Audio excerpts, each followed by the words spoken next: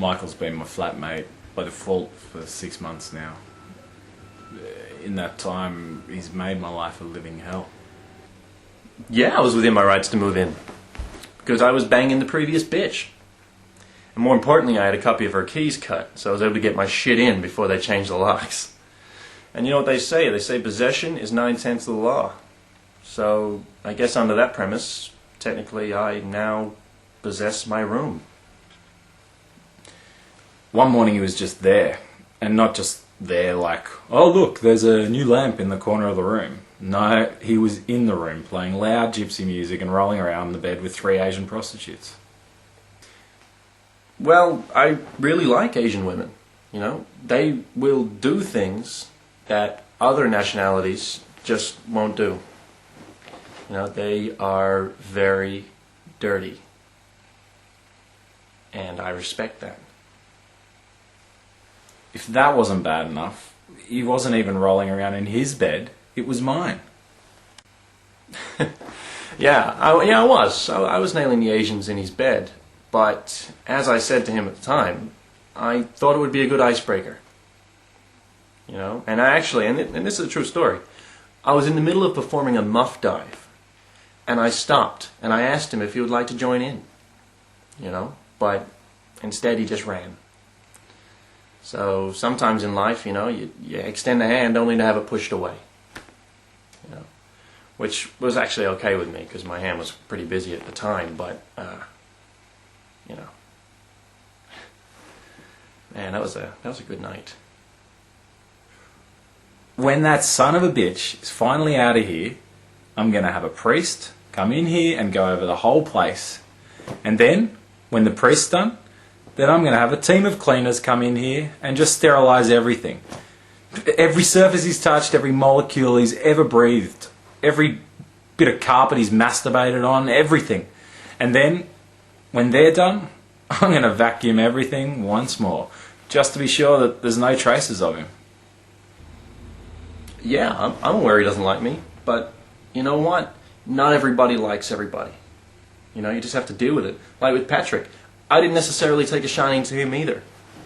You know, I took more of a shining to his mother, actually, which was fun.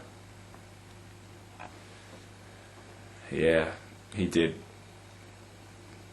He banged my mum. Yeah, you know, I'll admit that's been a source of tension between us for a while now.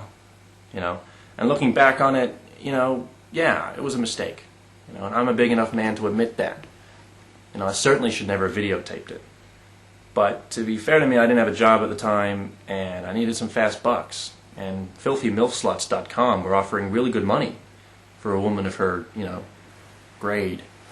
So I think sometimes it's just inherent upon us all to think with our wallets, you know, and our penis. I'll never get over that. That I know for sure now. Just the image of Michael and my mother inverted in a position like that. I'll never get rid of it. Oh, boo-hoo, Patrick. You know, so your mother and I engaged in a mutual munch fest. Alright, just get over it already. You know, there have been way bigger asshole acts over the years than that, believe me. Like, I don't understand. If he's always trying to bring that one thing up all the time. You know, if he was really trying to paint me as an asshole, I don't understand why he doesn't talk about the time I wrapped up his mum's porno vid and gave it to his then-girlfriend as a birthday present. I mean, that's been a true asshole, you know? And also quite brilliant at the same time. It's not just that, obviously. It's lots of things. He never pays his rent, for one. His rent's $120 a week, and I'm yet to see a time where he pays it to me. That's not true. I do pay him. That is scandalous for him to suggest that. You know, you can rely on me paying rent as much as you can rely on a Jewish man saving large sums of money. Infallible. Well, technically, he does pay me. In fact, you could say he pays me the $120 a week religiously. He just never bothers to pay me in Australian dollars. He pays me 120 krones a week, which I understand to be the unit of currency used in Estonia. I have no idea, nor do I want to find out why he has a seemingly endless supply of krones. frankly, it boggles the mind. I don't know why he's complaining about that. You know, croons are great. I love croons. In fact, you know, I love Estonia. You can go to Estonia with $1 Australian and get like 60 croons. And in Estonia, for my 60 croons, you know, I can buy a boat, a hut, I can gamble, have great food, you know, and I can still have enough croons left over to rent 2 moderately attractive Estonian women for the night. Alright, so never insult the croon. The fact is, Michael is not a good person. In fact, he's evil. In every sense of the word, Michael is an evil, evil man. Case in point, in the 3rd week Michael was here, he mentioned how he didn't like my pet lizard. A few hours later, my lizard ends up dead. That's the kind of black heart we're dealing with here. I did not mean to kill his stupid lizard. Alright, all I did was use the lizard in an experiment to see how it would handle things up against modern technology. You know, and yeah, for me that meant the microwave. You know, it could have been the freezer, but it was just a random choice. And it was out of simple interest to see what would happen, not to kill him. You know, and it was interesting actually, because I never thought his head would just sort of pop off like that, like boom! You know, I thought he'd boil for a while first, you know, but the motherfucker just exploded like a party popper. It was, you know, and I will say this, you know, I do sympathize for Patrick. It couldn't have been easy cleaning up that mess. You know, that was his mate of 8 years, and his mate's blood and guts. It couldn't have been a walk in the park. Another thing is, he steals from me all the time. He steals things and then he denies he's stolen them. That really irks me that he denies it, more than anything. Like this one time, I had a photo of me at my Holy Communion. He stole it. When I confronted him about it, he claimed that it wasn't even me in the photo. He said he used to have a neighbour who had Down syndrome and it was him. Yeah, you know, yeah, Patrick believes I steal stuff from him all the time. You know, the truth is, I don't steal anything. You know, I only borrow things. You know, like I might borrow his clothes or his food or, you know, occasionally his identity or his mother. But I always, and without fail, return most of those things to him.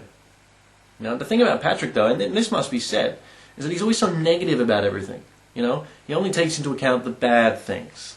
You know, I've done some really good things around this place. You know, just last month, I finished some interior renovations.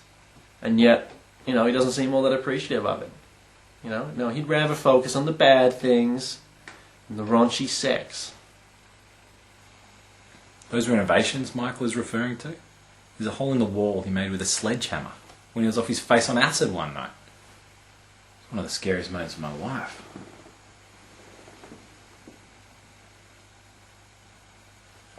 Like The Shining or something. So now there's a giant hole in my room that looks straight through to the toilet. And once again, the most annoying thing is that when I asked Michael the next day why he did it, he claimed that the bathroom needed a new window. Yeah, windows, doors, sex with mothers, it's all irrelevant to me, okay? The point is, I don't think Patrick can really appreciate real honesty. And I pity him for that. You know? And by that I mean he should be thanking me instead of vilifying me for not holding back and saying what I really think. He used to call my ex-girlfriend Chewbacca. She did look like Chewie. Okay? I wouldn't say it if it wasn't true. No woman should have that many hairs on her upper lip and chin. Okay? For all intents and purposes, Patrick might as well have been dating a member of ZZ Top. It was disgusting. And it had to be stopped. One day Michael chased her down the street and tried to shave her face. And yada yada yada, we broke up. He was better off, okay? He obviously doesn't thank me for that now, but I did him a massive favor. Okay? Could you imagine introducing a person like that to your parents and friends? You know, hi, this is my girlfriend Amanda. And this little fella is Amanda's 2-day stubble.